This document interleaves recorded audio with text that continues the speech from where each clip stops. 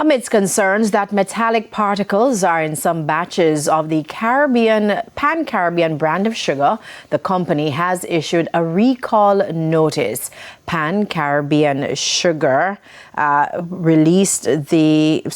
the company says that the manufacturing dates for the recalled products are between March 30 and April 12, 2026. As for the size of products that are contaminated, the company identified the 0.5 kg, 0.1 kg and the 0.2 kg. The company revealed that the contamination occurred during the manufacturing process due to magnetic failure along the production line and that the discovery was made on April 12. The company urged the retailers who are in possession of these products to return them to the point of sale for a replacement or full refund. Consumers are also asked to check their products and not to consume them if they bear the batch numbers that have been listed. They should also return the products for a refund.